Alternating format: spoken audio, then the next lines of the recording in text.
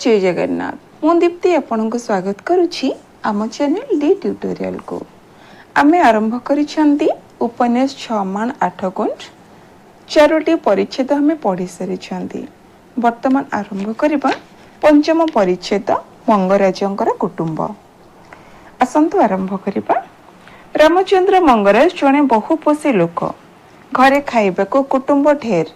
निजे शांत शांताणी को छाड़ी तीन पु हिसाब रे तीन बहु पोइली परिवार 20 कि 22 एहीपरि 30 लगालगी। प्रति जनर कथा लिखिबाकू गले ढेर लिखिबाकू हेबो। मात्र आपण तो आंब मानक स्वभाव जानती। मिछ कथा लिखिबा कथा पढ़ी लिखिबा अकारण कथा लिखिबा आंब मानक धातुरे चले नाही। मध्य माँ लिखे सत्यम प्रियं अर्थात सत्य कथार मध्य अधाती छाड़ी देबाकू हुए। उस मध्य स्त्री संख्या बेसी। राम भंडारी को छाड़ी पुरुष तुंड प्राय शुभे नहीं। शांति तो धंदारे लगी थांती। तीन पुओ जुआण चौपट खेलिबा गोबर चढ़ई धरिबा लोकंग सहित दंगा फिसाद करिबारे सेमानंको बेଳ अंटे नाही। गंजेई पत्र खाइबाकू मध्य किछि बेଳ लोड़ा।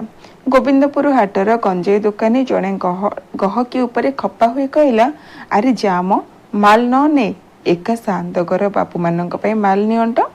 बापा पुअंक प्राय भेट हुए नहीं। जणे मुरबी भलिया लोक कहिथिला, आहे मंगराजे पुओ मानक क्या पाख पुराओ नहीं। मंगराजे उत्तर देले, आहा तुम्भे कि शास्त्र शुणी ना। लाड़येत 5 वर्षाणी 10 वर्षाणी ताड़येत प्राप्ते तो 16 वर्षं पुत्र मित्र बदाचरेत। अर्थात पुओ मानक पाटिरो 5 वर्ष पर्यंत लाड़ बहे। 10 वर्ष पर्यंत सेमानंको तड़िब।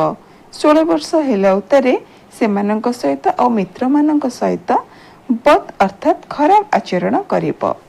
वास्तव रे देखा जाउछि शांते काहारी काहारी सहित संगात मित्र बसी माली मकदमा करी सेमानंक जमी जमा छड़ाई ने बद आचरण करती।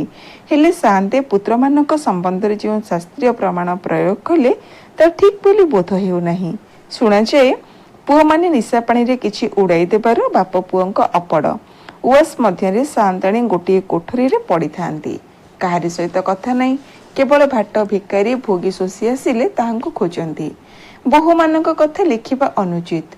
बड़ लोक घर बहु भुआशुणी कथा दांडरे पकाइले लोके आंभ मानक कौन कहिबे। सेमाने जेपरि दिन पहर के बिछणार उठी 2-3 घंटा मध्यरे दांत पत्र खसी मर्दन स्नान सारी भोजन करी दिन बेले बेल बुड़ जे सोई पड़ती। से कथा गुड़ाक लेखिले कौन हेब। बेल बुड़ सरिकी पुणी उठी पखाड़ दिशु दिशु सारी ताहा बाद गाँ कथा शुणिबा पोइली मानक मध्यरे कली लगाई देबा कली भांगिबा हसिबा बसिबारे अधराती होई जाए। रुकुणी मरुआ चेमा नाकफोड़ी टेरी बिमली सुकी पाट कौशली को छाड़ी आहुरी केते गुड़िए पोइली अछंती। सेमानक नाम आंब मानक अजणा। केही बाल विधवा केही युवती विधवा केही आजन्म विधवा केही बा सधवा। नाना पक्षी एक वृक्षरे बास कला परी मंगराजंक घरे आश्रय नहीं अछंती। मध्य केते आछंती केते जाउछंती ताहार ठिकाना नहीं। अनेक गुड़िए निष्कर्मा पोइली रुंड हेले पृथ्वी रे कलिजात हुए। मंगराज उआस एही सनातन विधि को लंघि नथिला। राति अधजे उआस मध्यरे माछहाट बसिला परी घो घो शब्द शुभु थाए।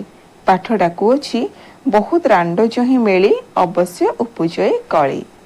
एठी शेष हैला पंचम परिच्छेद मंगराजंक कुटुंब। आपनको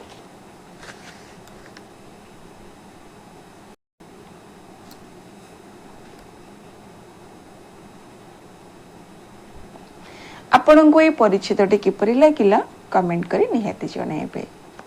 जदि भल लगी थे लाइक करिवे अन्य मानकु शेयर करिवे एवं सब्सक्राइब करिवे। रहुछु नमस्कार।